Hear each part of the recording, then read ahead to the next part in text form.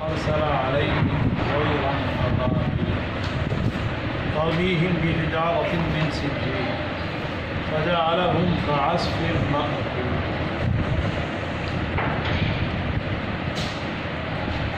بسم الله الرحمن الرحيم. لإيلاف قريش إيلافهم رحلة الشتاء والصيف فليعبدوا رب هذا البيت الذي أطعمهم من جوع وآمنهم من خوف. سبحانك لا علم لنا إلا ما علمتنا إنك أنت العليم الحكيم. رب اشرح لي صدري ويسر لي أمري واحلل عقدة من لساني يفقهوا قولي. رب زدني علما وارزقني فهما. اللهم صل على سيدنا ومولانا محمد وعلى آل سيدنا ومولانا محمد وبارك وسلم.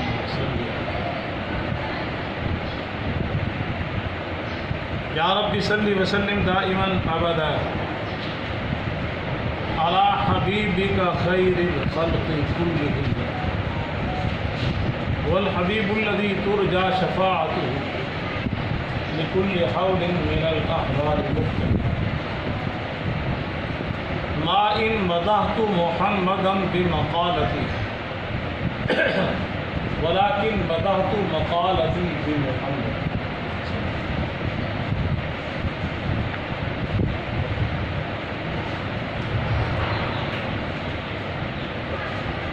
ہزار بار بشویم دہن بمشکو گلاب خلوص نام تو گفتن کمال بے ادب. وہ زمانے میں معزز تھے مسلمان ہو کر ہم خوار ہوئے تاریخ غلام. گر تمہیں خواہی مسلمان زی ستن نیست ممکن جز بقرآن زی ستن. مپندار سعدی کے راہ صفا تواں رفت جز مرد اے مصطفیٰ. خدایا بحق کے بنی فاطمہ بطور ایمان کنی فاطمہ اگر دعوتم رد کنی ور قبول منو دست و دامان آلے رسول.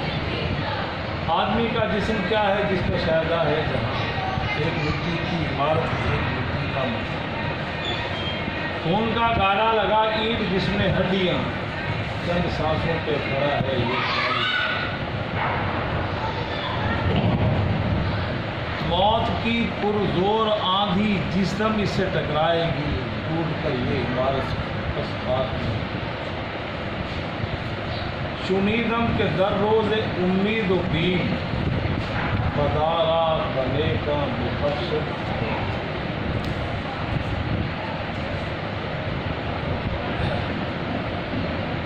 ارشاد باری تعالیٰ کیا نہیں دیکھا آپ نے کس طرح کیا تیرے رب نے ہاتھی والا. کیا نہیں بنا دیا ان کی تدبیر کو بیکار اور بھیجے ان پر چڑیوں کے جھنڈ کے جھنڈ لشکر کے لشکر. مارتی تھی انہیں کنکریاں کنکر کی پتھری پھر کر دیا ان کو جیسے کھایا ہوا بھوسا.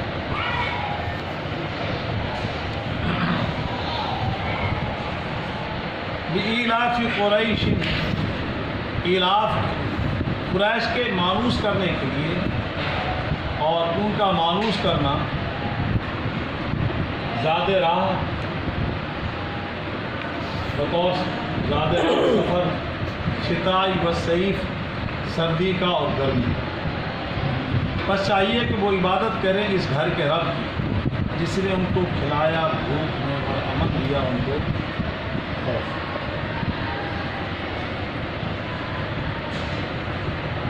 گزشتہ سورت ویل لکل ہمزۃ لمزہ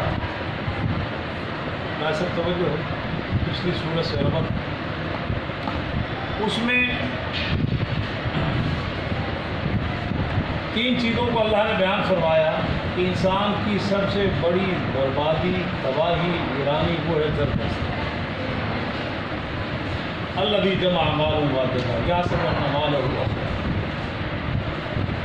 زر پرستی کے بعد وہ دو گناہوں کا ارتکاب کرتا ہے، ایک طعنہ زن اور دوسروں کی عیبوں کا ذکر، یہ اس کا تحقیق مشورہ ہے۔ بنیادی وجہ اس کی فساد کی وہ ہے زر پرستی۔ آج کے دور میں رائے صاحب اس کو پڑھی لکھی زبان میں ہم کہیں گے سرمایہ دارانہ نظام، یہ اس کا نظام یہی تھا، سرمایہ دارانہ نظام، اور یہ بربادی کا ذریعہ ہے، اس میں پیغام راحت نہیں ہے۔ وہ سرمایے کے بلبوتے پر ظلم کا دروازہ کھولا جاتا ہے اور انسانیت کے اقدار کو پامال کیا، اور وہاں بس زر پرستی ہی مال ہے، کوئی الوہیت کا تصور، کوئی ربوبیت کا تصور۔ تو انسانی معاشرے میں سب سے بڑا بربادی کا ذریعہ وہ ہے سرمایہ دارانہ نظام، زر پرستی۔ آج جو ہم نے سورہ مبارکہ پڑھی ہے، اس میں ایک اور مفسد نظام کا اللہ نے تبصرہ کیا، وہ بھی بربادی کا ذریعہ، وہ ہے بادشاہت اور ملوکیت۔ فرد واحد حکمران ہے، نجیم ہے، نہ ہنگت کی پرواہ، نہ حرام پر نظر، نہ جائز و ناجائز کی تمیز، نہ بڑے چھوٹے کا تصور، بادشاہ ہے۔ اللہ نے اس صورت میں اسی تصور کو پیش کیا۔ اس منظر میں ایک واقعے کو بیان کرنا ہے، اور جو واقعے کا پس منظر ہے اس کا تاریخی اور ایک صورتحال ہے۔ یہ یمن کا علاقہ، یہاں ایک قبیلہ رہتا تھا حمیر، اور یہاں کا جو بادشاہ تھا ذو نواس، وہ بڑا ظالم، قرآن نے اس کو کہا ہے اصحاب الاخدود النار، گڑھے کھود کر آگ جلا کر زندہ انسانوں کو اس میں ڈالا۔ یہاں کی آبادی تھی عیسائی، وہ محدود تعداد میں تھے، مذہبی لوگ بڑی تعداد میں، بیدین لوگ کا کوئی بھی مذہب نہیں۔ یہ ذو نواس بادشاہ وہاں کا حکمران، اس نے ان کو ایک ایک کر کے آگ میں جلاتا رہا۔ وہاں کے اس قبیلے حمیر کے 2 فرد بچا کر نکل کر بھاگ کر روم میں جاتے، روم کے بادشاہ بھی صحیح، انہوں نے اس سے فریاد مانگی اور صورتحال سے آگاہ کیا کہ تمہارے اور ہمارے مذہب کے عیسائی لوگوں کو 20,000 کی تعداد میں زندہ گڑھوں میں ڈال کر ان میں آگ روشن کر کے زندہ جلا دیا۔ اتنا بڑا ظلم! آج تو رابطے کا دور ہے، فون پتہ چل جاتا ہے، اس زمانے میں رابطے کا دور نہیں تھا، لوگ جاتے دور دراز پھر جا کے اطلاع دیا کرتے تھے، کسی سے جا کے پناہ لیتے تھے۔ چنانچہ شاہ روم نے آرڈر دیا،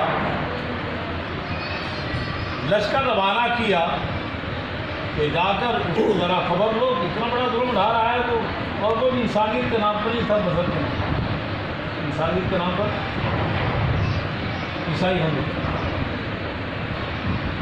اور 2 کمانڈروں کو بھیج دیا، اس کا نام مورخین لکھا اریات اور دوسرے کا نام تھا آورا۔ ان دونوں نے آ کر اس پہ چڑھائی کی، یمن پہ گورنر حاکم بادشاہ کو، بالآخر یہ غالب آ گئے، وہ مغلوب ہو گیا، وہ یہاں سے بھاگا اور آ کر ساحل سمندر پر کشتی میں بیٹھا، کشتی رواں ہوئی، یہ کشتی کی اور دونوں والے۔ اب یہ یہاں کے دونوں بادشاہ بن گئے اس علاقے میں، اور ایک گودڑی میں 2 فقیر تو سما سکتے ہیں، 2 بادشاہ۔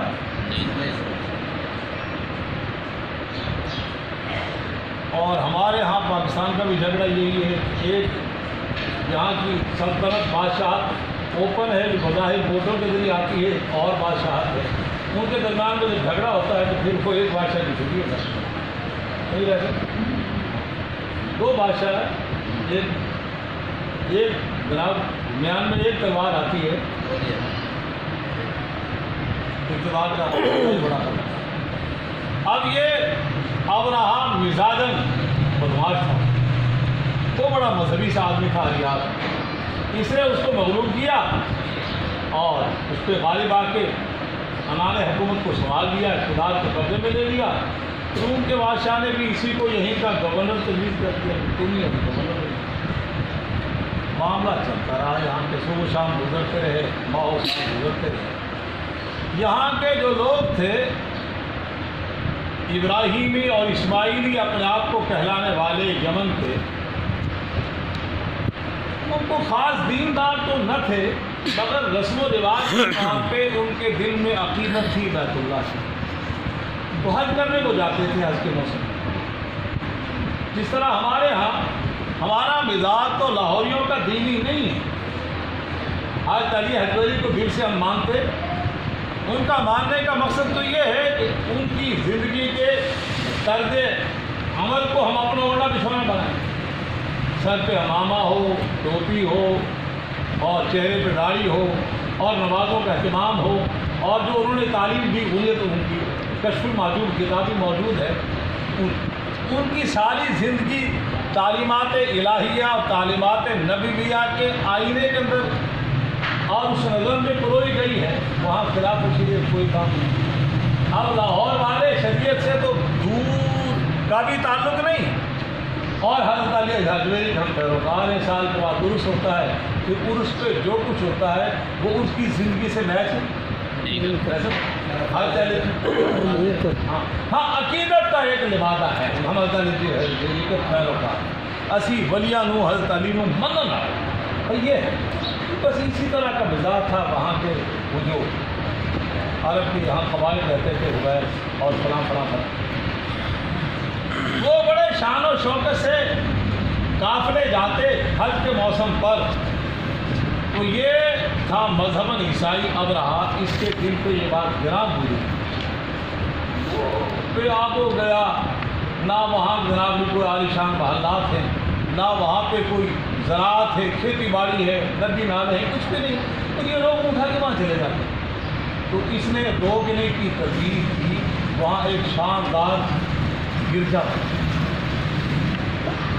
اور تزئین و آرائش میں بھی بڑی محنت، دروازوں پہ ہیرے جواہرات لگائے، بڑا اہتمام کے ساتھ کہا کہ اب وہاں جانے کی معاذ اللہ ضرورت نہیں، یہ آپ کی عقیدت کی دنیا یہیں پہ آپ پورا کر لیں اس گرجے میں، اور اس کا نام تاریخ میں رکھا قلیش گرجا۔ بڑا ظاہری اعتبار سے اس کو مزین کیا، راستہ کیا، پراستہ کیا، آج کے زمانے میں کس طرح وائٹ ہاؤس وہ بھی انہیں کو پیروکار بڑا بنانے کے بعد لوگوں کو روکنا چاہا۔